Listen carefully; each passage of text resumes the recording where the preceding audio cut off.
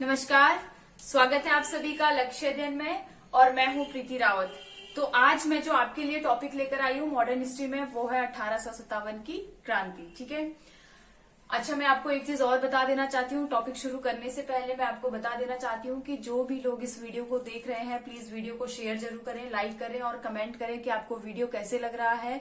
और अगर आपने अभी तक चैनल को सब्सक्राइब नहीं करा है तो प्लीज लक्ष्य अध्ययन को सब्सक्राइब करना बिल्कुल भी ना भूलें और बेल आइकन जरूर दबाएं, क्योंकि उसी से आपको पता चलेगा कि नेक्स्ट वीडियो कौन सा अपलोड हुआ है, कौन सा टॉपिक चल रहा है, ताकि आप कंटिन्यू इसमें बने रहें और आपको और हम कोशिश करेंगे कि आपको अच्छे से अच्छा डाटा हम आपको दे सकें। ठीक है, तो चलिए स्टार्ट करते हैं आपका ज्यादा टाइम न लेते हुए। सबसे पहला हम इस टॉपिक में क्या देखें। देखो, 1857 की क्रांति कोई ऐसा टॉपिक नहीं है कि हम अभी शुरू करें और अभी खत्म हो जाए। ठीक है, बहुत बड़ा टॉपिक है, लेकिन क्योंकि आपको 1857 की क्रांति आप जितने बार भी पढ़ोगे, क्योंकि मैंने उसे ऐसे ही एक्सपीरियंस किया है कि मैंने जब भी 1857 की क्रांति पढ़ी तो ऐसा लगता है जैसे कि ये आज का और अभी मैं पहली बार पढ़ रही हूँ। ठीक है, और जब भी आप 1857 की क्रांति को पढ़ते हैं तो आपके सामने वो पूरा पिक्चराइज होती है। आपको ऐसे लगता है कि मैं खुद इस क्रांति में भाग ले रही हूँ और भाग ले रहा हूँ। ठीक है, तो हम इस 1857 की क्रांति को हम ऐसे ही पढ़ेंगे कि जैसे हम खुद इसमें भाग ले रहे हैं, लेकिन क्योंकि टॉपिक बहुत बड़ा है उससे पहले मैं आपको एक चीज बता देना चाहती हूँ कि हम कुछ क्वेश्चंस जो एग्जाम में बहुत बार पूछे जाते हैं 1857 की क्रांति से संबंधित हम पहले उसको देख लेते हैं, फिर 1857 की क्रांति को हम विस्तार पूर्वक पढ़ेंगे और बहुत अच्छे से पढ़ेंगे। इसमें हम सारी चीजें देख लेंगे कि इसका शुरू होने का कारण क्या था, क्या ये 1857 में ही ये तुरंत कहीं से आग भड़की और क्रांति शुरू हो गई या पहले से इसकी लेयरिंग चढ़ती जा रही थी। ठीक है, तो ये सारी चीजें हम देखेंगे और फिर हम देखेंगे कि कहाँ कहाँ तक ये फैली और इसके असफल होने के, हालांकि ये 1857 की जो क्रांति है हुई जरूर थी, लेकिन ये पूर्ण रूप से सफल नहीं मानी गई थी। या नहीं मानी क्या गई थी, क्योंकि उसके बाद 1857 की क्रांति के बाद कहा जाता है कि इससे पहले जो भारतीयों की दुर्दशा जो ब्रिटिशर्स कर रहे थे वो कर रहे थे, लेकिन 1858 के बाद इन्होंने और भी क्या ज्यादा करना शुरू कर दिया था, टॉर्चर करना शुरू कर दिया था भारतीयों को। ठीक है, तो ये सारी चीजें हम पढ़ेंगे, बिल्कुल पढ़ेंगे और बहुत अच्छे से पढ़ेंगे, विस्तार पूर्वक पढ़ेंगे। लेकिन उससे पहले हम कवर करेंगे जो वनडे एग्जाम्स में जो क्वेश्चन पूछे जाते हैं, बहुत ज्यादा बार जो पूछे गए क्वेश्चन है। ठीक है, क्वेश्चन तो बहुत बनते हैं लेकिन जो बहुत ज्यादा बार ही पूछे जाते हैं वो क्वेश्चन हम देखेंगे। इसमें सबसे पहला क्वेश्चन हम देखते हैं ब्रिटेन के प्रधानमंत्री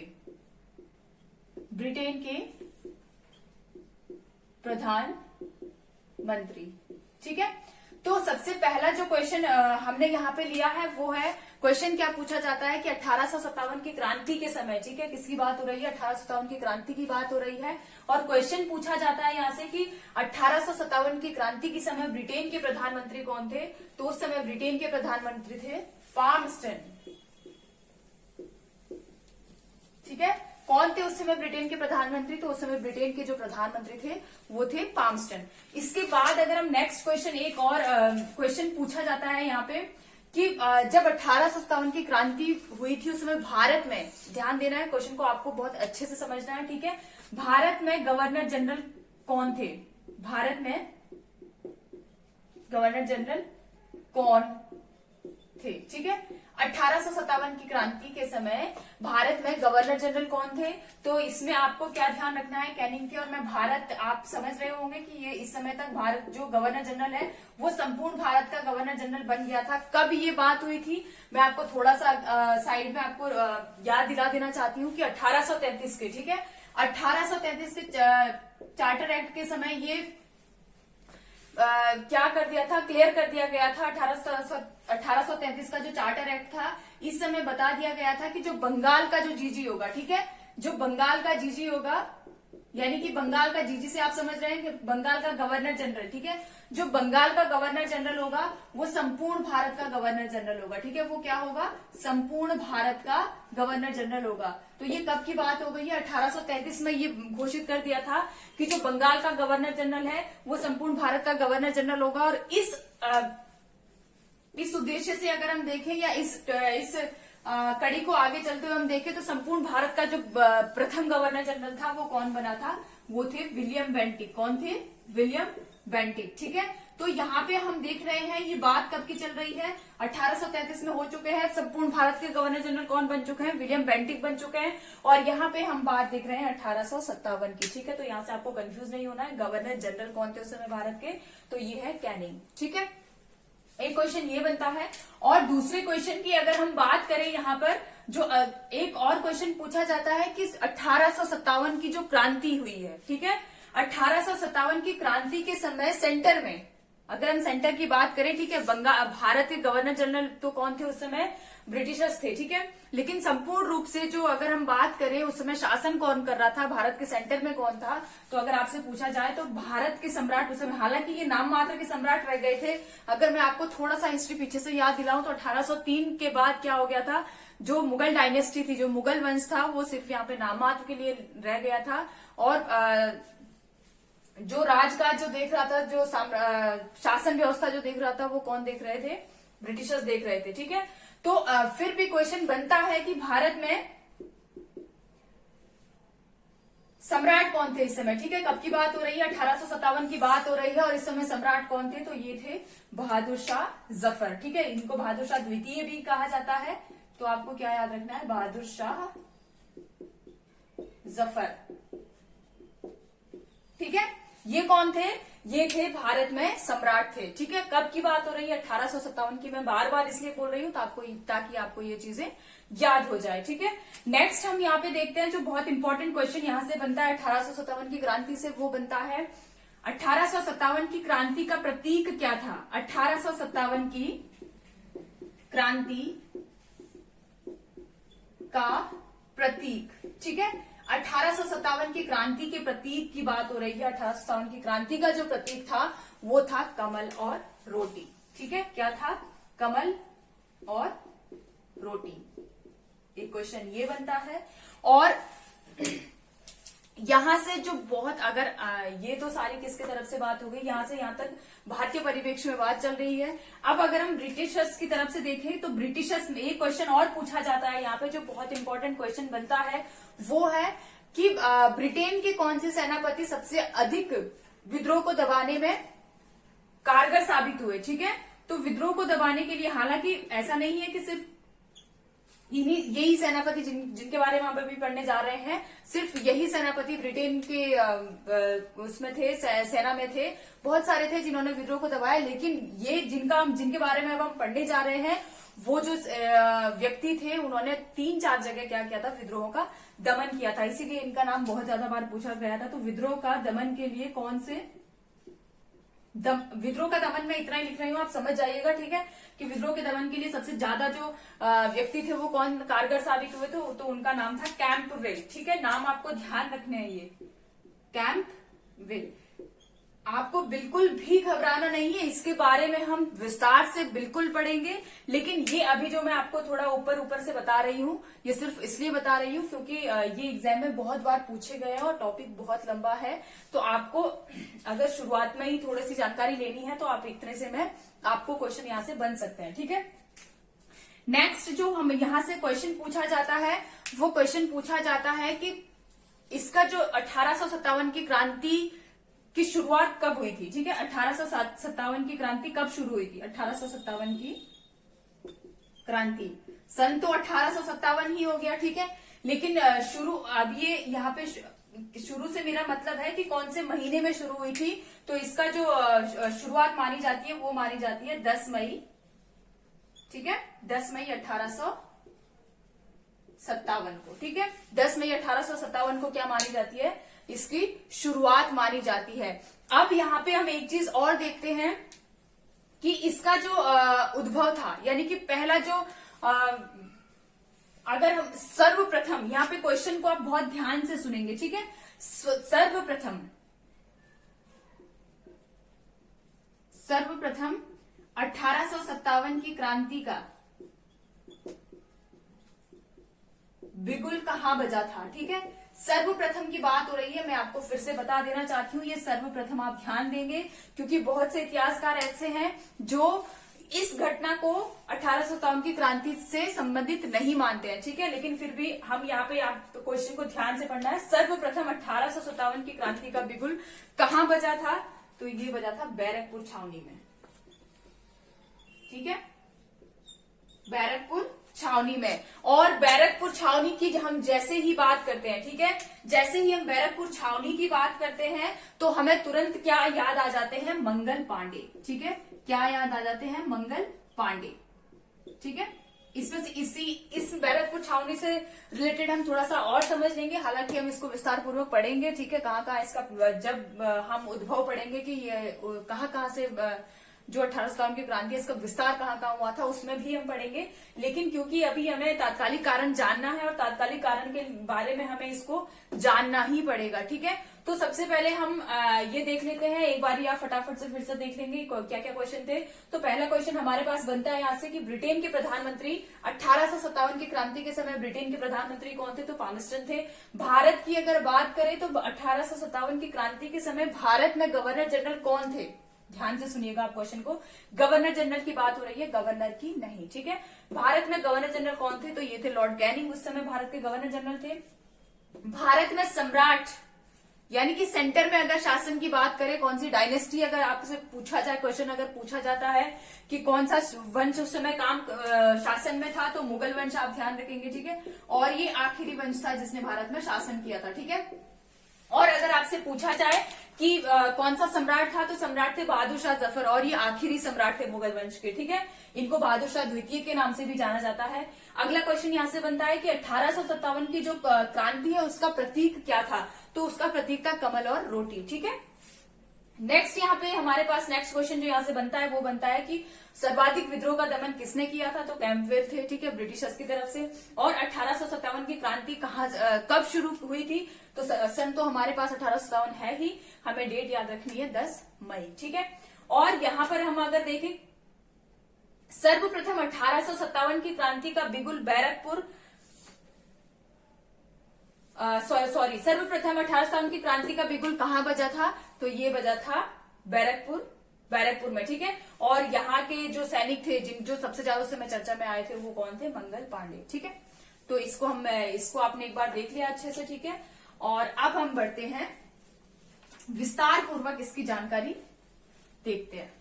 ठीक है, और अच्छे से बिल्कुल एकदम तसल्ली से पढ़ेंगे हम 1857 की क्रांति को। इस चीज में चाहे हमें 3 घंटे लग जाए, चाहे 4 घंटे लग जाए, लेकिन 1857 की क्रांति को ऐसे पढ़ेंगे कि दोबारा हमें पढ़ने की जरूरत ना पड़े। ठीक है, बहुत इंटरेस्टिंग टॉपिक है, बहुत अच्छा टॉपिक है, और यहाँ से क्वेश्चन बहुत ज्यादा बनते हैं। ठीक है,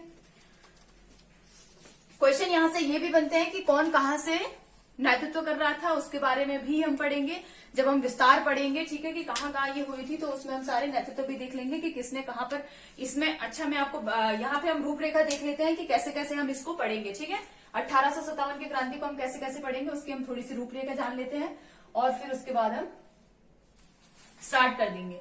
तो यहाँ पर हम सबसे पहले जो हम जानेंगे वो जानेंगे हम तात्कालिक कारण। ठीक है, तात्कालिक कारण 1857 की तात्कालिक कारण जानेंगे हम। ठीक है, 1857 की क्रांति का तात्कालिक कारण। उसके बाद हम दूसरे अन्य कारण, यानी कि ये तो उस समय का कारण था, लेकिन अन्य कारण जो शुरू से चलते आ रहे थे। ठीक है, जो शुरू से चलते आ रहे थे, जो जिसके ऊपर यानी कि कोई भी चीज अगर क्रांति हो रही है या कोई युद्ध हो रहा है तो वो एकदम से नहीं हो जाता है। उसके ऊपर किसी भी, अगर मेरे साथ किसी की लड़ाई होगी तो वो ऐसा नहीं है कि किसी ने मुझे तुरंत बोला और मैं उनके ऊपर तुरंत रिएक्ट कर दूंगी। ठीक है, कुछ ऐसा होगा कि पहले की भी उनकी कुछ ऐसी गलतियां रही होगी जो मुझे शायद पसंद ना आई हो या उनको कुछ पसंद ना आई हो। ठीक है, तो क्या हो जाता है, एकदम से नहीं होता है, कुछ चीजें लेयरिंग चढ़ती जाती है और कहा जाता है कि ठीक है, आप जो आपको करना है करते रहिए, सही समय आने पर इसका बदला ले लिया जाएगा। तो भारत भी कुछ ऐसे ही समय का वेट कर रहा था। ठीक है, भारत के जो उस समय के जो सैनिक थे और जो आम जनता थी वो भी उसी प्रकार का वेट कर रही थी, क्योंकि ब्रिटिशर्स का बहुत ज्यादा अत्याचार बढ़ चुका था। ठीक है, तो अन्य कारण हम जानेंगे। ठीक है, इसके बाद हम जानेंगे इसका विस्तार। ठीक है, आरंभ जानेंगे इसका कि आरंभ कहाँ से हुआ था। ठीक है, और उसके बाद हम इसका विस्तार जानेंगे कि विस्तार कहाँ तक की फैली थी।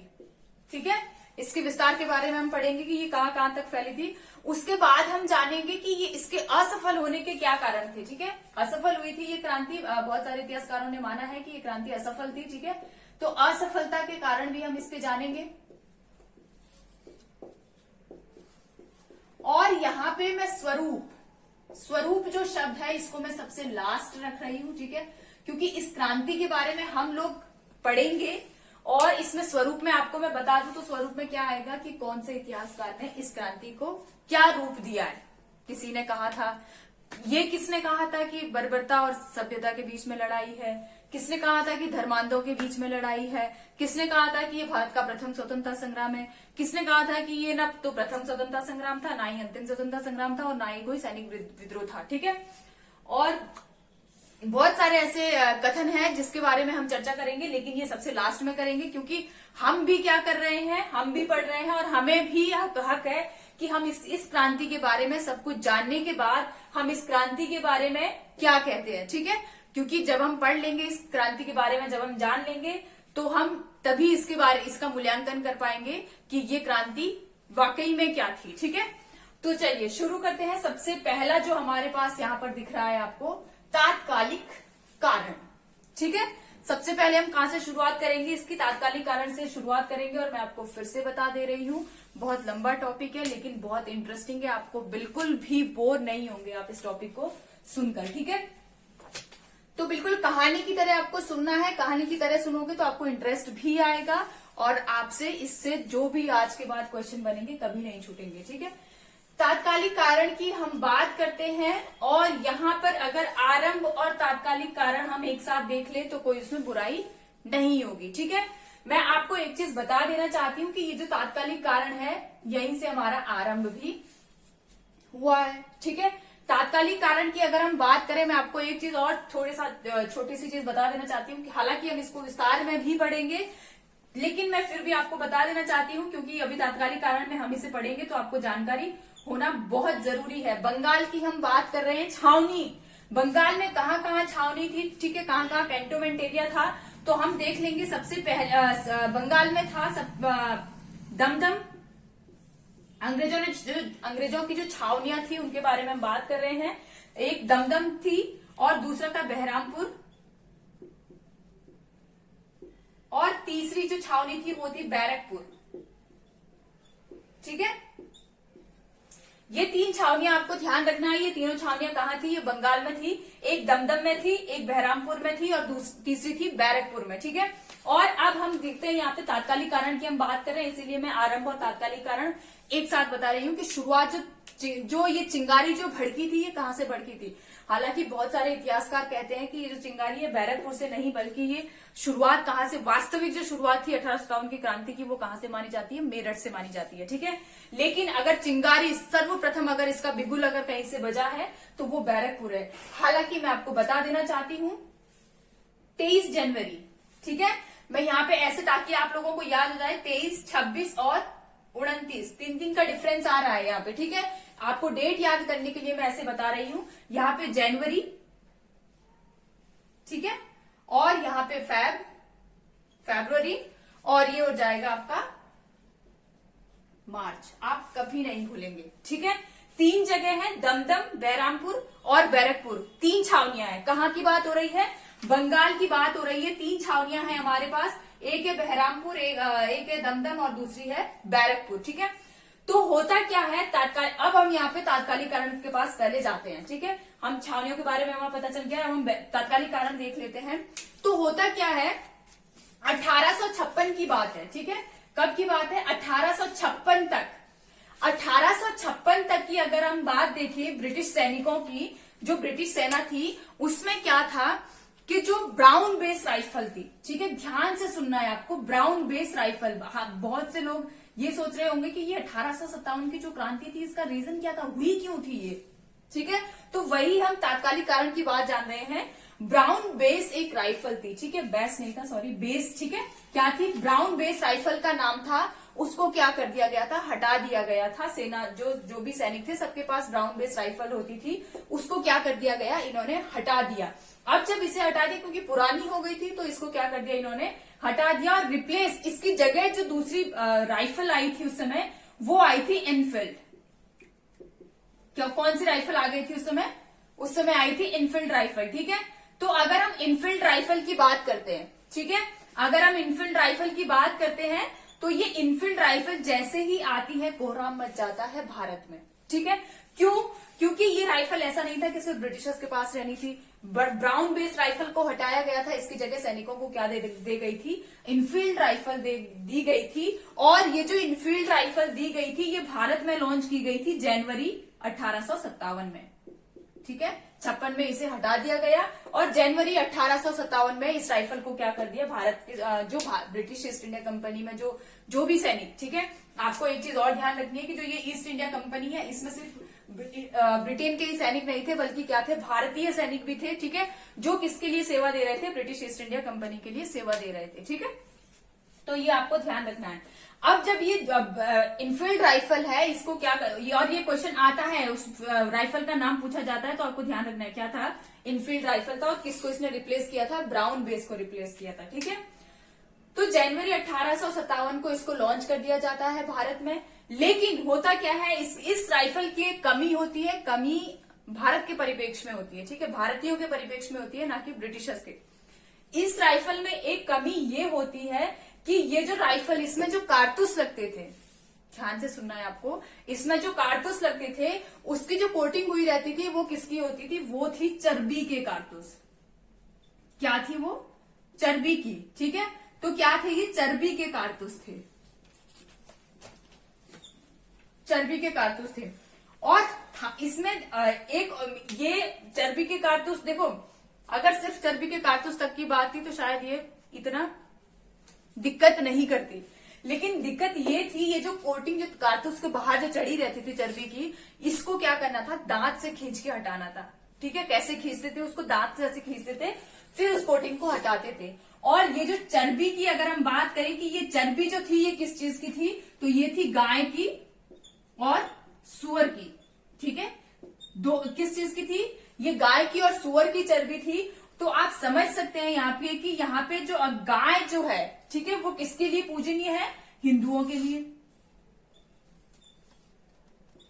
ठीक है, और अगर हम सुअर की बात करते हैं तो मुस्लिम धर्म में क्या माना जाता है कि सुअर बहुत ही दूषित चीज मानी जाती है। ठीक है, तो यहाँ पे क्या हो रहा था? दोनों ही धर्मों को क्या पहुंच रही थी? ठेस पहुंच रही थी। दोनों ही धर्म क्या हो रहे थे? यहाँ पे आहत हो रहे थे। और उस समय का भारत 1857 की हम बात पढ़ रहे हैं। धर्म के प्रति भारत हमेशा से ही क्या रहा है? बहुत ही, जिसे हम कहते हैं कि हम क्या बोल सकते हैं, जो धर्म के प्रति बहुत ही डेडिकेटेड रहता है। ठीक है, तो उस टाइप के शुरू से ही भारत ऐसा रहा है। तो यहाँ पे गाय और सुअर की चर्बी थी। और सैनिक सबसे ज्यादा किस ब्रिटिश ईस्ट इंडिया कंपनी में कौन थे? तो वो थे भारतीय सैनिक। ठीक है, यहाँ पे अगर हम रेशियो की बात करें कि ब्रिटिश ईस्ट इंडिया कंपनी में अगर रेशियो हम देखें कि तो यहाँ पे 20% जो सैनिक थे वो सिर्फ ब्रिटिशर्स थे, जो सिर्फ और सिर्फ ब्रिटिशर्स थे। और 80% जो सैनिक थे वो कौन थे? भारतीय थे। मैं भारतीय की बात कर रही हूँ। ठीक है, और भारतीयों में भी अगर देखा जाए तो हिंदू और मुस्लिम, हालांकि सिख भी थे लेकिन हिंदू और मुस्लिम क्या थे? अधिक तादाद में थे। ठीक है, हिंदू और मुस्लिम क्या थे? अधिक तादाद में थे। और यहाँ पे क्या हो गया था? गाय और सुअर की चर्बी यहाँ पे क्या बन गया उस समय का तात्कालिक कारण? तो गाय और सुअर की चर्बी, जैसे ही ये इनफील्ड राइफल लॉन्च होती है और पता चलता है यहाँ के सैनिकों को कि यहाँ पे जो चर्बी, ये जो कारतूस के बाहर जो कोटिंग लगी है ये किसकी है? चर्बी की है। तो तुरंत क्या हो जाता है? दमदम में। सबसे पहले ये राइफल कहाँ लॉन्च होती है? दमदम में होती है। और यहाँ पे जैसे ही यहाँ के सैनिकों को शुरुआत में 1-2 दिन में हो सकता है इनको पता ना चला हो कि ये जो कारतूस इसमें लग रहे हैं, ये इसकी जो कोटिंग लगी है बाहर की वो किस चीज की है। लेकिन 1-2 दिन बाद क्या हो जाता है? यहाँ पे इनको पता चल जाता है दमदम में। और यहाँ के सैनिक क्या कर देते हैं? विद्रोह कर देते हैं। यहाँ के सैनिक क्या कहते हैं कि हम क्या करेंगे? हम ये कारतूस नहीं चलाएंगे। सैनिक क्या कर देते हैं? मना कर देते हैं। ठीक है, कारतूस चलाने से मना कर देते हैं। हालांकि दमदम का विद्रोह दमदम में ही सिर्फ मना करते हैं, बहुत ज्यादा विद्रोह थोड़ा बहुत बोलते होंगे अपनी तरफ से, लेकिन फिर ये चुप रह जाते हैं। ठीक है, फिर 26 फरवरी को यही बात कहाँ पता चलती है? बहरामपुर में। क्योंकि अगल बगल बंगाल में ही है तो बंगाल में ये बात क्या हो गई है? फैल गई है। ठीक है, तो 26 फरवरी को क्या होता है? बहरामपुर में भी पता चलता है। और यहाँ के सैनिक भी क्या कर देते हैं? मना कर देते हैं। ठीक है, यहाँ के सैनिक भी क्या करते हैं? मना करते हैं। कुछ मना किया होगा, थोड़ा बहुत इन्होंने समझाया बुझाया होगा जो भी, फिर उसके बाद यहाँ पर भी क्या हो जाता है, विद्रोह का दमन हो जाता है।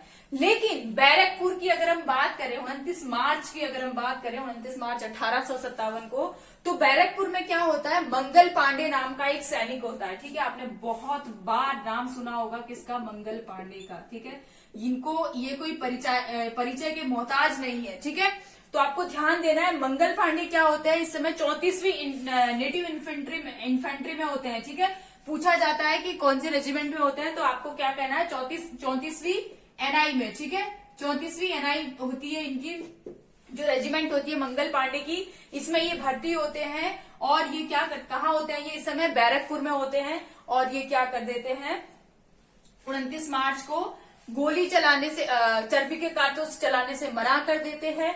लेकिन जब क्या होता है कि वो लोग मानते नहीं है, प्रेशराइज करते होंगे ब्रिटिशर्स। ठीक है, तो ये क्या कर देते हैं, फायर कर देते हैं, ब्रिटेन के 2 ऑफिसरों पर फायर कर देते हैं, जिसमें से क्या हो जाता है, लेफ्टिनेंट, ठीक है, लेफ्टिनेंट बाग की मृत्यु हो जाती है। ठीक है, लेफ्टिनेंट बाग की क्या हो जाती है, यहाँ पे मृत्यु हो जाती है। फायरिंग कौन करते हैं, मंगल पांडे उन पर फायरिंग करते हैं, और लेफ्टिनेंट बाग इसमें क्या हो जाते हैं, मृत्यु को प्राप्त हो जाते हैं। और यहीं पर क्या हो जाते हैं, मंगल पांडे भाग जाते हैं। लेकिन इनके खिलाफ वारंट जारी हो जाता है, और 8 अप्रैल को, ध्यान देना है आपको, क्वेश्चन पूछा जाता है कि मंगल पांडे को फांसी कब हुई थी, तो आपको ध्यान देना है, 8 अप्रैल को इनको गिरफ्तार कर लिया जाता है और फांसी के फंदे पर चढ़ा दिया जाता है। ठीक है, 8 अप्रैल को मंगल पांडे को क्या दी जाती है, फांसी दे दी जाती है। ठीक है, तो क्वेश्चन क्या पूछा जाता है आपसे कि बैरकपुर में जो सिपाही विद्रोह हुआ था, उसके जो मेन जो सैनिक थे वो कौन थे, जिसने सबसे पहले मना किया था, तो क्वेश्चन आंसर आपका क्या होना चाहिए, मंगल पांडे। क्वेश्चन ये पूछा जाता है कि मंगल पांडे कौन सी बटालियन से संबंध रखते थे, तो 34वीं नेटिव इन्फेंट्री से संबंध रखते थे। ठीक है, ध्यान देना है आपको। और कब ये विद्रोह, इन्होंने कब गोली चलाई थी, 29 मार्च को गोली चलाई थी, 8 अप्रैल को इनको गिरफ्तार करके क्या कर दिया गया, फांसी के फंदे पर चढ़ा दिया गया। ठीक है, तो आपको ध्यान रखना है ना, 23, 26, 29। ठीक है, जनवरी, फरवरी और मार्च। ठीक है, और 8 अप्रैल को क्या किया गया, मंगल पांडे को फांसी पर चढ़ा दिया गया। ठीक है, तो ये था उस समय का तात्कालिक कारण। तो आपको समझ में आ गया कि मंगल पांडे ने क्यों मना किया गोली चलाने, वो राइफल चलाने से। क्यों, क्योंकि उसमें क्या लग रहे थे, चर्बी के कारतूस लग रहे थे, और भारत के सैनिकों ने साफ मना कर दिया था कि हम ये जो चर्बी के कारतूस है, इनको हम नहीं इस्तेमाल कर सकते हैं। ठीक है, तो ये था तात्कालिक कारण। अब मैं ये तात्कालिक कारण हटा रही हूं यहां से। ठीक है, इसके बाद हम क्या पढ़ेंगे, अन्य कारण पढ़ेंगे। तो आरंभ का भी आपको पता चल गया है कि कहां से आरंभ हुआ है। ठीक है, ये सर्वप्रथम की मैं आपको बात कर रही हूँ। हालांकि मैं आपको एक चीज और क्लियर करा देना चाहती हूँ, ये विद्रोह यहीं का यहीं दबा दिया गया था। बैरकपुर देखो यहाँ पे शुरू हुआ। ठीक है, 8 अप्रैल को, 29 मार्च को ही इन्होंने गोली चला के ये यहाँ से भाग निकले थे, लेकिन 8 अप्रैल को इनको पकड़ के इनको फांसी पर चढ़ा दिया गया था। तो बहुत सारे इतिहासकारों ने क्या कहा कि क्योंकि इसके बाद जो असली जो क्रांति शुरू हुई थी वो मेरठ से शुरू हुई थी। ठीक है, तो क्या कहा गया, इतिहासकारों का मानना ये है कि बैरकपुर का जो विद्रोह था वो वहीं दबा दिया गया था, वो 1857 की क्रांति से रिलेट नहीं करता है। लेकिन कारण इनका भी यही था, जो 1857 की क्रांति, जो मेरठ के सैनिकों का कारण था, चर्बी के कारतूस, वही कारण किसका था, मंगल पांडे का, बैरकपुर, दमदम और बहरामपुर। ठीक है, तो इसीलिए मैंने आरंभ में मैंने आपको ये भी बता दिया। और बाकी अगर हम आरंभ की बात करें तो हम कौन सा जो इतिहासकार मानते हैं मेरठ, हम उसको भी पढ़ेंगे। ठीक है, तो चलिए, लेकिन उससे पहले हम क्या जान लेंगे, तात्कालिक कारण हमने पढ़ लिया है, और अब हम जानेंगे अन्य कारण। इसके जो अन्य कारण थे 1857 की क्रांति के, तो मैं आपको सबसे पहले एक चीज बता देना चाहती हूँ कि जब भी कोई क्रांति शुरू होती है कहीं पर भी, देखो बदलाव होना निश्चित है। ठीक है, क्रांति होती इसीलिए है कि आगे जाके उसमें बदलाव हो रहे हैं। ठीक है, और क्रांति होने का ऐसा नहीं होता है कि किसी के मन में अभी आए कि मैं क्रांति करता हूं और क्रांति हो जाएगी।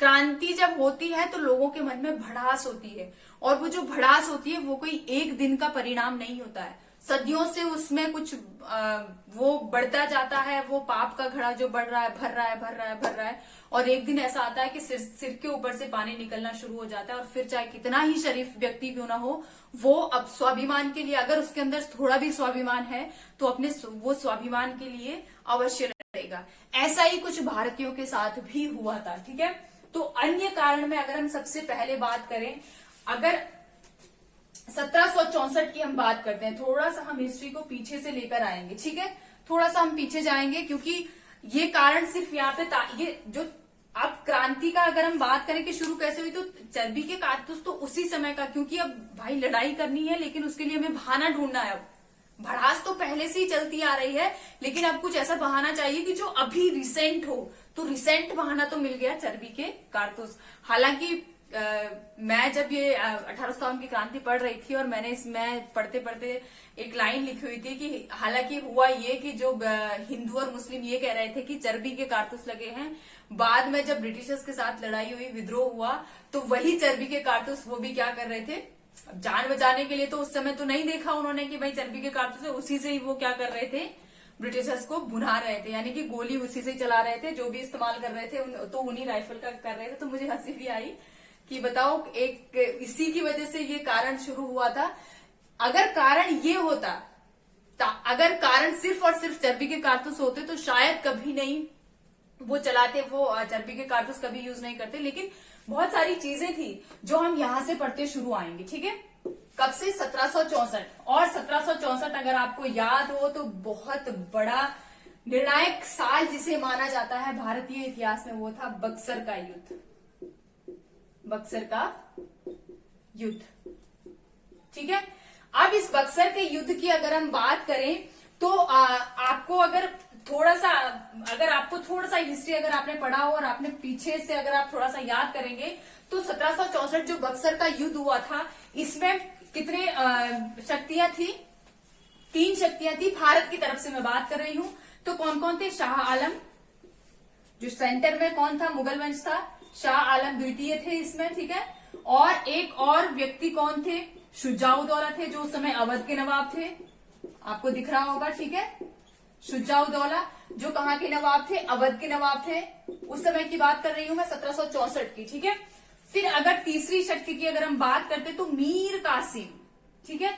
मीर कासिम ये जो व्यक्ति थे, एक्चुअल में हुआ क्या था, बंगाल में क्या कर दिया था ब्रिटिशर्स ने? पहले मीर जाफर को गद्दी पे बिठाया, फिर मीर जाफर को हटाया, उनको लगा कि मीर जाफर हमारे अकॉर्डिंग काम नहीं कर रहा है, फिर मीर कासिम को बिठाया। फिर मीर कासिम तो बहुत ही कुशल व्यक्ति उभर कर आए सामने, तो इन्होंने मीर कासिम, क्योंकि मीर कासिम उनके हिसाब से काम नहीं कर रहे थे, ठीक है, तो इन्होंने मीर कासिम को हटाया और दोबारा किसको रख दिया गद्दी पर? मीर जाफर को। 1760 के आसपास की ये बात चल रही थी, और बस यही इसको बंगाल की दूसरी क्रांति भी कहा जाता है, ठीक है। तो होता क्या है यहाँ पे, मीर कासिम, अब मीर कासिम को, क्योंकि मीर कासिम को इन्होंने क्या कर दिया था, अंग्रेजों ने गद्दी से हटा दिया था, तो मीर कासिम को बदला लेना था, किससे? ब्रिटिशर्स से, ठीक है। तो मीर कासिम किसके पास गए? सबसे पहले शाह आलम द्वितीय के पास गए कि हम ये जो ब्रिटिशर्स, देखो इनका निज स्वार्थ था, किसका? मीर कासिम का था, तो इनका निज स्वार्थ, और यहीं पर शाह आलम द्वितीय का भी निज स्वार्थ था, शुजाउद्दौला का भी निज स्वार्थ था। अपने हित के लिए लड़ रहे थे सब, देश के लिए कोई भी नहीं लड़ रहा था यहाँ पे, ठीक है। और असफलता का अगर हम प्रमुख कारण देखें 1857 की क्रांति का, तो यही था कि किसी के पास एक होता है कि एकाग्र उद्देश्य नहीं था, सबका अपना निज स्वार्थ था, ठीक है। तो यहाँ पर भी इनका निज स्वार्थ था। हालांकि फिर भी तीनों ही शक्तियां एक साथ मिलती है, जो भारत की तरफ से युद्ध कर रही होती है, और इधर से ब्रिटेन की तरफ से कौन युद्ध कर रहा होता है? हेक्टर मुनरो, ठीक है।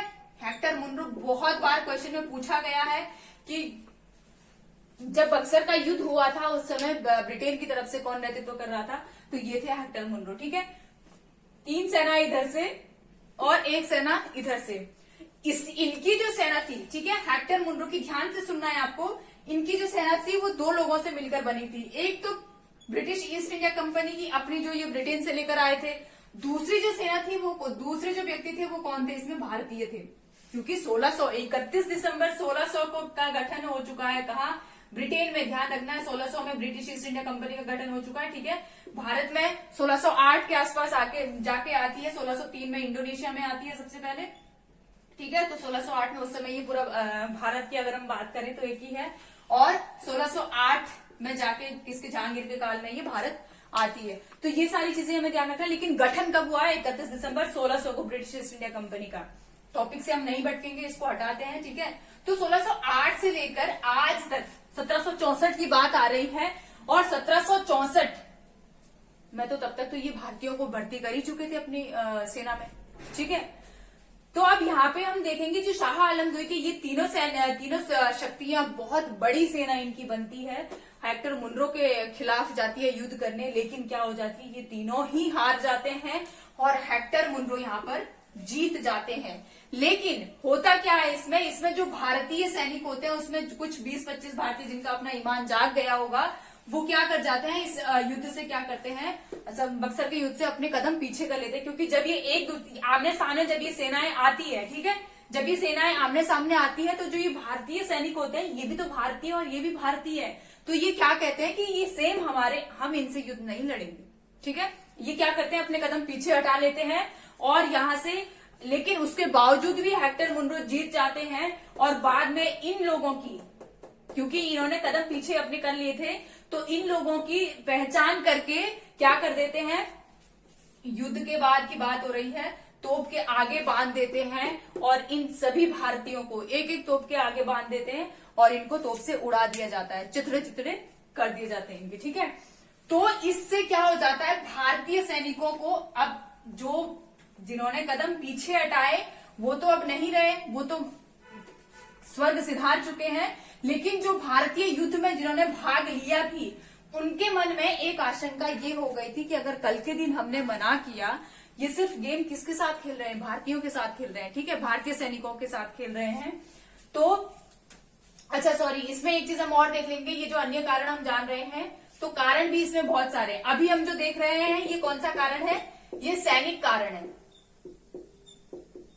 ठीक है, ये सैनिक कारण है। और अगर हम कारणों की बात करें, मैं यहां से इसको हटा देती हूं ताकि आपको कोई कंफ्यूजन ना हो। कारण की अगर हम बात करें तो कारण यहाँ पे सबसे पहले हम पढ़ेंगे सैन्य, या सैनिक कारण भी हम इसको बोल सकते हैं, ठीक है। दूसरा जो कारण पढ़ेंगे हम वो रहेगा राजनीतिक कारण। 1857 की राजनीतिक कारण क्या था, 1857 की क्रांति का होने का। तीसरा हम पढ़ेंगे सामाजिक और धार्मिक कारण, धार्मिक कारण। और तात्कालिक कारण हम पढ़ चुके हैं, ठीक है। और एक हम पढ़ेंगे आर्थिक कारण, आर्थिक रूप से उस समय क्या कंडीशन थी, क्यों ये क्रांति हुई थी, ठीक है। तो ये कारण हम पढ़ेंगे, कौन से, सैन्य कारण, राजनीतिक कारण, सामाजिक धार्मिक कारण और आर्थिक कारण। तो अभी जिसके बारे में हम डिस्कस कर रहे हैं वो है सैनिक कारण, ठीक है। वो कौन सा कारण है, वो सैनिक कारण है, ध्यान देना है आपको। तो यहां पे मैं लिख देती हूं सैनिक कारण। और सैनिक कारण में भी हम सबसे पहले जो कारण देख रहे हैं वो कब का देख रहे हैं, 1764 का। तो हमने क्या देखा यहाँ पे, 1764 के बक्सर का युद्ध की बात हम कर रहे हैं, ठीक है।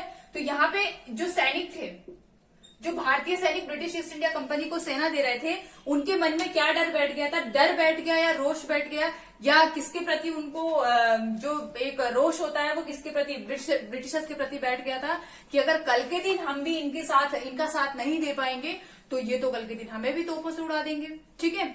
तो ये कुछ चीजें थी जो पहली चीज इनके दिमाग में ये आई थी, अच्छा ये हमारे साथ ऐसे करेंगे, मतलब हमें हर हाल में इनकी मर्जी से अगर हम चल दिए तो ठीक है, अगर नहीं चले तो ये हमें तोप से उड़ा देंगे, ठीक है।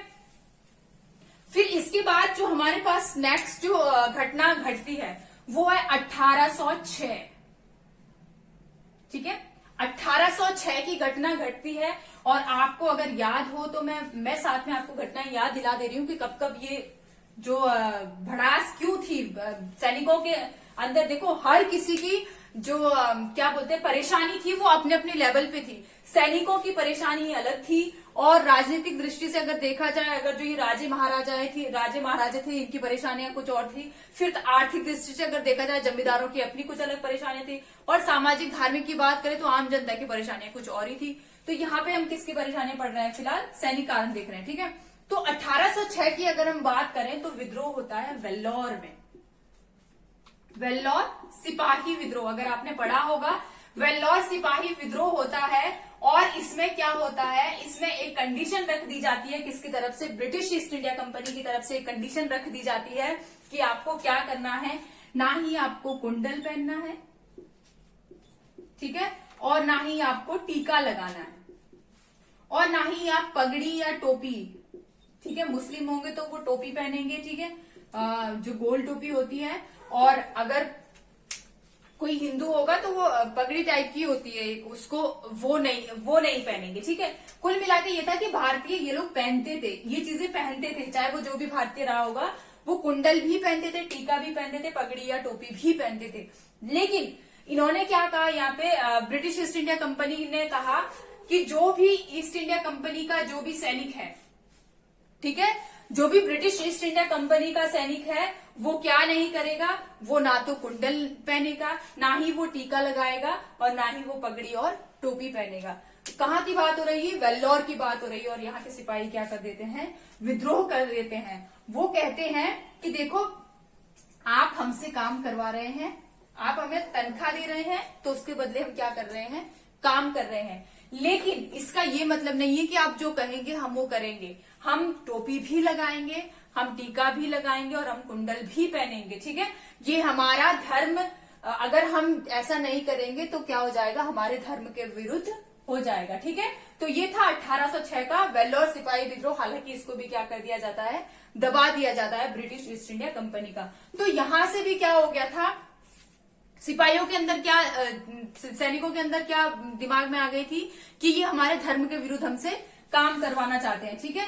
फिर अगर इसके बाद एक और घटना घटती है 1824 में, बहुत इंपॉर्टेंट घटना है, और मैं यहाँ पे इसी से संबंधित में आपको एक और जो मोस्ट इंपॉर्टेंट टॉपिक है उसके बारे में भी आपको डिस्कस कराऊंगी। लेकिन पहले हम 1824 की घटना है उसको देख लेते हैं, ठीक है। 1824 में क्या होता है, वर्मा में युद्ध होता है। वर्मा वर्तमान का म्यांमार, ठीक है। वर्मा में क्या होता है, युद्ध हो रहा होता है, ठीक है। ब्रिटेन का युद्ध चल रहा होता है, और ब्रिटिश ईस्ट इंडिया कंपनी क्या कहती है उस समय कि यहाँ के सैनिकों को कहा जाना है, वर्मा जाना है, ठीक है। तो आदेश दिया जाता है कि जो ब्रिटिश ईस्ट इंडिया के जो सैनिक हैं, ठीक है, जो ब्रिटिश ईस्ट इंडिया के जो सैनिक है वो क्या करेंगे, ब्रिटिश ईस्ट इंडिया, ठीक है, ब्रिटिश ईस्ट इंडिया के जो सैनिक है वो कहाँ करेंगे, वो क्या करेंगे, वो कहाँ जाएंगे, ब्रिटेन जाएंगे, सॉरी वर्मा जाएंगे। लेकिन भारतीय जो है, उस समय के जो भारतीय थे उनका क्या मानना था कि अगर किसी ने समुद्र, देखो अब वर्मा उनको जाना था तो उस समय क्या करना था, समुद्र को लांघ के जाना होता था, ठीक है। तो उस समय के जो भारतीय थे उनके दिमाग में क्या एक सोच थी, चाहे वो धर्म के प्रति हम बोले, चाहे जैसा भी हम बोले, तो उनकी जो सोच थी वो कैसी थी, उनका ये मानना था कि अगर हमने समुद्र लांघ लिया, ठीक है, अगर हमने समुद्र लांघ लिया तो हम क्या हो जाएंगे, अछूत हो जाएंगे। क्या हो जाएंगे, अछूत हो जाएंगे, हमें पाप चढ़ जाएगा, ठीक है। और इसी परिप्रेक्ष्य में, इसी कड़ी में अगर मैं बात करूं 1830 की, ठीक है, 1830 की सेंटर में कौन शासन कर रहे हैं, यहाँ पे मैं ये अलग ब्लॉक इसलिए बना रही हूँ क्योंकि ये घटना अलग है और ये अलग है, लेकिन संबंध थोड़ा बहुत कोरिलेट करके पढ़ा रही हूँ, ठीक है। तो 1830 की अगर हम बात करते हैं तो राजा राम मोहन राय, राजा राम मोहन राय जी, ध्यान देना है आपको। 1830 में राजा राम मोहन राय जी कहाँ जाते हैं, इंग्लैंड जाते हैं, समुद्र को लांघकर।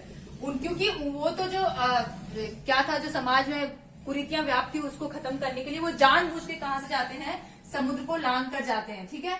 लांघ कर कहां जाते हैं, ब्रिटेन जाते हैं, ब्रिटेन जाते हैं। और क्यों जाते हैं ये, तो अकबर द्वितीय का संदेश लेकर जाते हैं। अकबर द्वितीय ने इनको क्या दिया था, राजा की भी उपाधि दी थी, ठीक है। राजा की उपाधि इनको किसने दी थी, अकबर द्वितीय ने दी थी। और यही इनको कहाँ भेजते हैं, ब्रिटेन भेजते हैं। अकबर द्वितीय इनको ब्रिटेन भेजते हैं। क्यों भेजते हैं, इनका तो थोड़ा पेंशन का कुछ इश्यू हुआ था, ठीक है, जिसकी वजह से क्या करते हैं ये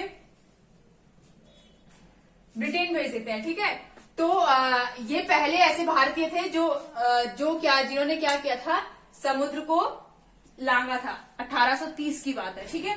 लेकिन ये बात कब की हो रही है, 1824 की। तो भारतीय जो सैनिक होते हैं वो क्या कर देते हैं, वर्मा जाने से मना कर देते हैं कि जो भी आपको करवाना है भारत में करवाइए, वर्मा नहीं जाएंगे। या तो हमें ऐसा कोई कंट्री दो जहां पे समुद्र मार्ग का जो रास्ता हमें ना अपनाना पड़े। लेकिन वर्मा जाने के लिए इन्होंने क्या मार्ग दिया था, इनको समुद्र मार्ग दिया था, जिसे क्या कर दिया था, इन्होंने मना कर दिया। तो इसमें भी क्या हो गया, विद्रोह हो गया। और यहाँ पे भी क्या, अब लेयरिंग चढ़ती जा रही है, समझ रहे हैं आप। भारतीय सैनिकों की क्या हो रही है, लेयरिंग चढ़ती जा रही है कि अच्छा ये भी आप हमसे ऐसे करवा रहे हो, ये भी आप हमसे ऐसे करवा रहे हो, और वो बढ़ता जा रहा है। वो जो गुस्सा है उनका, वो आग जो है वो बढ़ती ही जा रही है, ठीक है।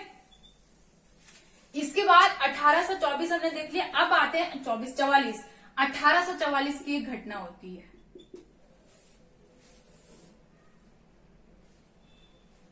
ठीक है। 1844 की घटना होती है, और 1844 में होता क्या है, फिरोजपुर में। अच्छा, ये जो 1824 की हम बात करते हैं तो यहाँ पे 47, मैं बता देती हूँ आपको, 47 रेजिमेंट होती है उस समय, ठीक है। 47 रेजिमेंट होती है, तो इसको ये भंग कर देते हैं क्योंकि ये विद्रोह करती है। ये जो सेना होती है 1824 में, ये क्या करती है, विद्रोह कर देती है। और विद्रोह करने के बाद इसको क्या कर दिया जाता है, भंग कर दिया जाता है, ठीक है। तो 47वीं रेजिमेंट, ध्यान देना, आपको पूछा जाता है क्वेश्चन में कि किसको भंग कर दिया गया था, तो 47वीं रेजिमेंट को क्या कर दिया था, ब्रिटिशर्स ने भंग कर दिया था, ठीक है। अब अगली अगर हम बात करें तो 1844 की घटना को अगर हम देखें, ठीक है, 1844 की घटना को देखें तो यहाँ पे होता क्या है, फिरोजपुर की बात है, ठीक है। फिरोजपुर के पास, फिरोजपुर में लिख देती हूं यहाँ पे, फिरोजपुर के जो सैनिक होते हैं वो क्या करते हैं, भारतीय सैनिक जो होते हैं, ठीक है, ब्रिटिश सैनिक तो क्यों इनके विरुद्ध बवाल खड़ा करेंगे, वो तो सेम इन्हीं के ही देश के हैं। लेकिन बवाल कौन खड़ा करते थे, भारतीय सैनिक खड़ा करते थे, ठीक है।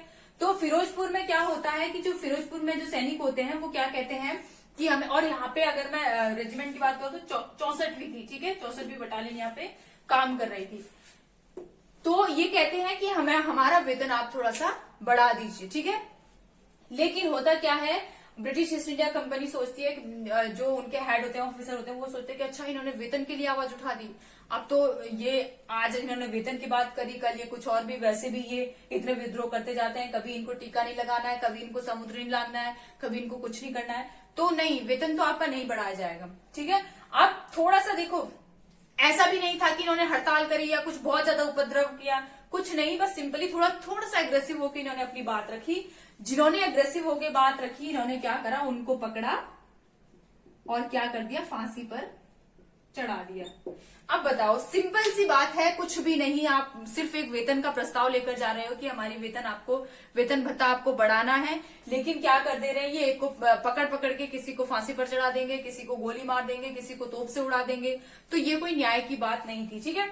तो यहाँ पर भी क्या हो जाता है, और इस 64वीं रेजिमेंट को भी क्या कर देते हैं, ये भंग कर देते हैं। ये 47वीं जो रेजिमेंट होती है, ये बैरकपुर वाली होती है, ठीक है। देखो 34वीं का संबंध किससे है, 1857 की क्रांति से, और ये किससे संबंधित थी, वर्मा युद्ध से, ठीक है। तो आपको इतना ध्यान रखना है। तो इसको भी क्या, 47वीं भी भंग कर दी, 64वीं रेजिमेंट भी इन्होंने भंग कर दी, ठीक है। सिर्फ इसलिए कि इन सैनिकों ने क्या कर दिया था, यहाँ पर विद्रोह कर दिया था। अब अगला जो हमें यहाँ पे अगला पॉइंट अगर हम देखें, ये सारे हम कौन से कारण जान रहे हैं, सैनिक कारण, ठीक है। जो सैनिकों को जो भड़ास जो बढ़ रही थी वो क्यों थी। अगला हम देखते हैं 1854 में क्या होता है, डाक नियम एक लागू होता है, ठीक है। कौन सा नियम लागू होता है, डाक नियम। और इस डाक नियम में क्या कह दिया जाता है, इससे पहले होता क्या है कि जो जितनी भी डाक जो जाती थी, सिपाहियों की जो डाक जाती थी वो फ्री में जाती थी, ठीक है, उसका कोई पैसा नहीं लिया जाता था।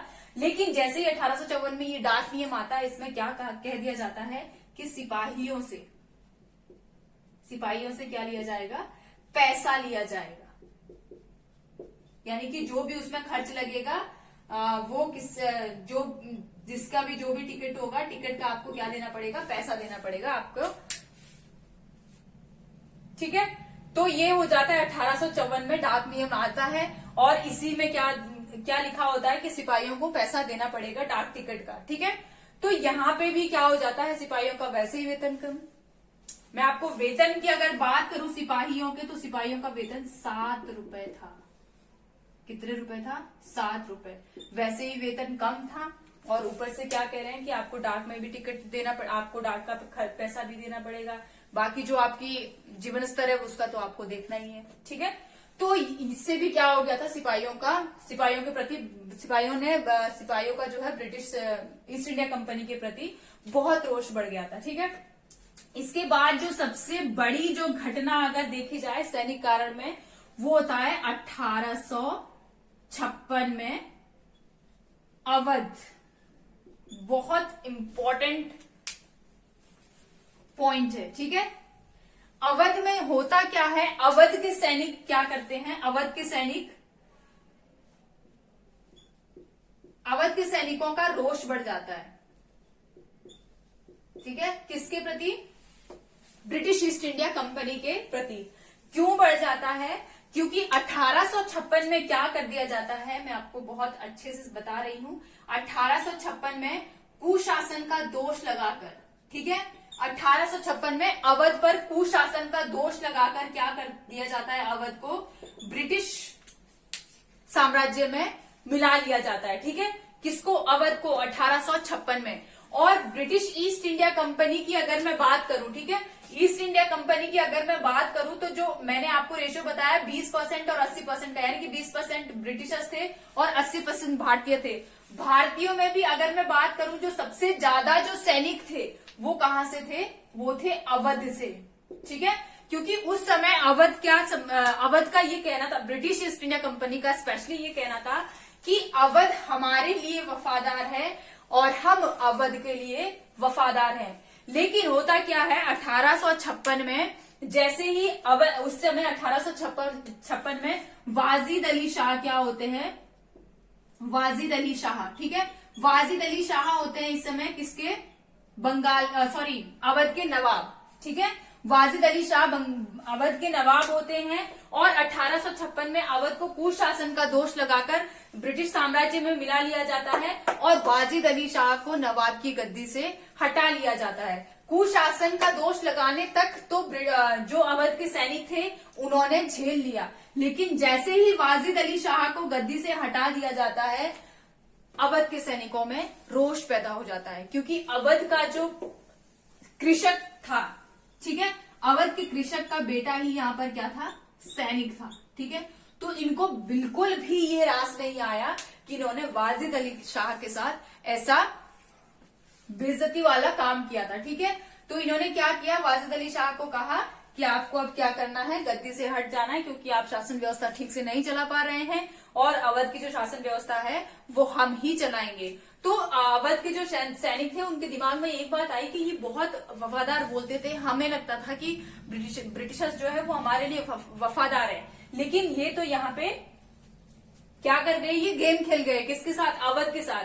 तो इन्होंने क्या कर दिया, अवध को भी कुशासन का दोष लगाकर 1856 में ब्रिटिश साम्राज्य में मिला लिया। तो यहां से आपको एक क्वेश्चन और ध्यान रखना है, ठीक है। क्वेश्चन आता है कि ऐसा कौन सा राज्य है जिसको हड़प नीति से ब्रिटिश साम्राज्य में नहीं मिलाया गया था, हड़प नीति से, ठीक है। तो वो था, और उसमें ऑप्शन में अवध भी दिया रहता है। तो अवध को हड़प नीति से नहीं बनाया था इन्होंने, ब्रिटिश साम्राज्य में नहीं मिलाया था, बल्कि क्या दोष लगाया था अवध पर? कुशासन का दोष लगाया था। आपको ये ध्यान देना है, ठीक है। अवध पर कुशासन का दोष लगाकर इसको ब्रिटिश साम्राज्य में मिला लिया गया था, ना कि हड़प नीति से, ठीक है। ध्यान देना है आपको। तो ये थे, और इसमें और अगर मैं बात करूं अब कि 1856 तक की तो ये बात थी, ठीक है। और एक जो और दूसरा क्या कारण था, बहुत इंपॉर्टेंट कारण क्या था, मैंने आपको बताया 20% और 80% का रेशो था, ठीक है। किसमें? भारत और ब्रिटिश ईस्ट इंडिया कंपनी के सैनिकों में, ठीक है। ये भी ईस्ट इंडिया कंपनी के सैनिक थे जो 20% थे। किसको सेना दे रहे थे? ये ब्रिटिश ईस्ट इंडिया कंपनी को सेना दे रहे थे, लेकिन थे तो भारतीय ही। तो इसमें क्या हो जाता, तो जो ये 20% सैनिक है इनको कहा जाता था सैनिक, ठीक है। 20% जो लोग थे इनको सैनिक कहा जाता था, लेकिन ये जो 80% है इनको सिपाही कहा जाता था, श्रेणीबद्ध कर दिया, कोई मतलब ही नहीं। पद एक जैसा है लेकिन प्रतिष्ठा में बदलाव कर दिया। ठीक है, पद एक जैसा था, पद दोनों का ही एक जैसा था, सेम काम कर रहा है। 4 किलोमीटर अगर सैनिक को चलना है तो 4 किलोमीटर सिपाही भी चलेगा। अगर 15 किलो अगर सैनिक अपने पीठ में उठा रहा है तो 15 किलो सिपाही भी उठाएगा। लेकिन क्या कर दिया, इसको सैनिक बोल रहे हैं, इसको सिपाही बोल रहे हैं।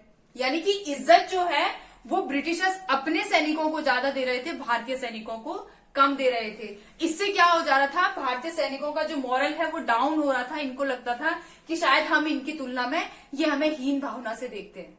ठीक है, ये क्या, और ये वास्तव में था। ब्रिटिशर्स जो थे वो बर्बर क्यों कहते थे भारतीयों को, उनको लगता था कि जो हम ब्रिटिशर्स हैं हम बहुत सभ्य हैं क्योंकि हम कोट पैंट पहनते हैं। इनका सिर्फ एक, हम कोट पैंट पहनते हैं और इंग्लिश बोलते हैं इसलिए हम क्या है, सभ्य है। और भारतीय क्या पहनते हैं, धोती पहनते हैं, लुंगी पहनते हैं और हिंदी बोलते हैं, पगड़ी पहनते हैं, इसलिए ये क्या है, बर्बर है। इनको पहनने की तमीज नहीं है, इनको बोलने की तमीज नहीं है, उनका ये मानना था। वो ये भूल गए थे जो कोट और पैंट है वो हमारी संस्कृति है और जो धोती और कुर्ता है वो भारतीयों की संस्कृति है।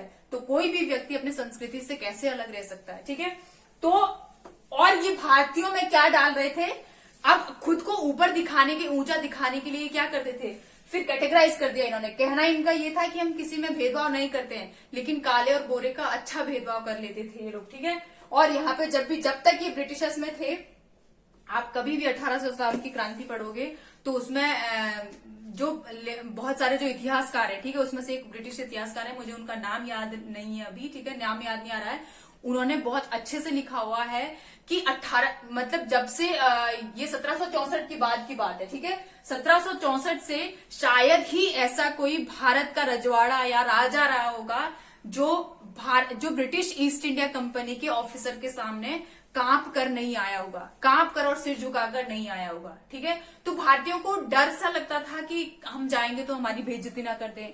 और जबकि इनका नारा क्या था ब्रिटिश ईस्ट इंडिया कंपनी का, कि हम भेदभाव नहीं करते हैं। ठीक है, हम जो कुप्रथाएं हैं उसको हटाएंगे। लेकिन आप इतना बड़ा डिफरेंस पैदा कर रहे हो, इस एक को सैनिक बोल रहे हो, दूसरे को सिपाही बोल रहे हो, ऐसा फिर क्यों।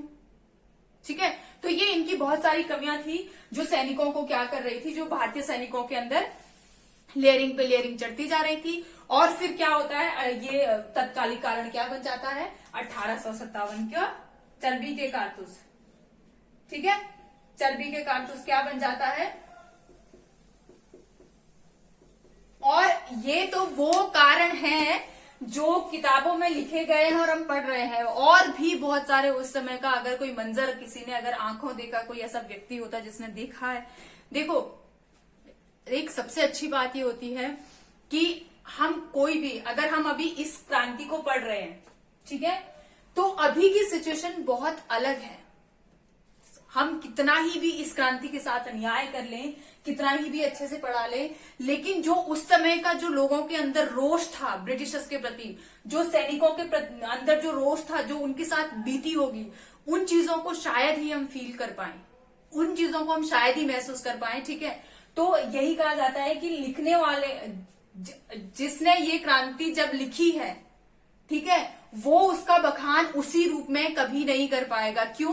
क्योंकि जब उसने लिखी है उस समय की कंडीशन कुछ और रही थी। स्वयं उस लेखक की भी जिसने ये लिखा है, ठीक है, उसकी लिखने की जब वो लिख रहा था उस समय की सिचुएशन, मनोदशा उसकी कुछ और थी, और जब अभी वो पढ़ रहा है तो उसकी मनोदशा कुछ और है। काश ऐसा हो पाता कि इस जो ये 1857 की क्रांति है, इसके साथ ये न्याय हो पाता कि मनोदशा भी वही होती जो लेखक की मनोदशा उस समय लिखते हुए थी। ठीक है, तो ये हमने क्या पढ़ा, सैनिक कारण पढ़ा।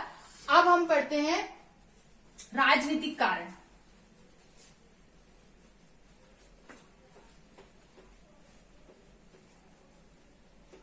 आशा है आप लोगों को मजा आ रहा होगा। ठीक है, क्योंकि बहुत ही इंटरेस्टिंग टॉपिक है। मुझे तो वैसे मॉडर्न हिस्ट्री पूरा ही बहुत इंटरेस्टिंग है, लेकिन जैसे जैसे ये 1757 के बाद जैसे ही युद्ध होना शुरू हो जाते हैं, हालांकि युद्ध तो मॉडर्न हिस्ट्री अगर देखा जाए तो युद्ध से ही शुरू हुआ है और अंत भी मॉडर्न हिस्ट्री का युद्ध के साथ ही हुआ।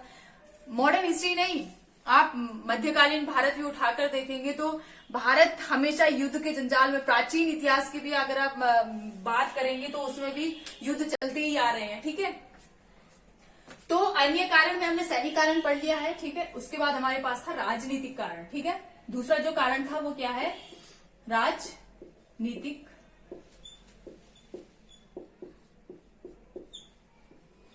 कारण, ठीक है। तो राजनीतिक कारण को हम नेक्स्ट वीडियो में देखेंगे। आज के लिए बस इतना ही, मिलेंगे नेक्स्ट वीडियो में। तब तक आप सभी लोग अपना ध्यान रखेंगे और कमेंट आप जरूर करेंगे कि आपको ये वीडियो कैसे लगा, और जो मैं 1857 की क्रांति पढ़ा रही हूँ, क्या मैं उसके साथ अच्छे से न्याय कर रही हूँ, अच्छे से पढ़ा पा रही हूँ कि नहीं। प्लीज आप कमेंट बॉक्स में ये भी लिखें, और मेरा पढ़ाने का तरीका आपको कैसे लग रहा है ये भी जरूर लिखें। और मैं फिर से आपको बता रही हूँ कि प्लीज प्लीज प्लीज, अगर आपको वीडियो पसंद आ रहे हैं, हमारे पढ़ाने का तरीका अगर आपको अच्छा लग रहा है, तो वीडियो को लाइक करें, शेयर करें और सब्सक्राइब करें, और ज्यादा से ज्यादा लोगों तक शेयर करना है आपको। और अगर जिसने भी अभी तक चैनल को सब्सक्राइब नहीं किया है, वो जरूर सब्सक्राइब कर दें। तो मिलेंगे नेक्स्ट वीडियो में, तब तक आप सभी लोग अपना ध्यान रखें। धन्यवाद, नमस्कार, खुश रहें, स्वस्थ रहें, मस्त रहें। धन्यवाद।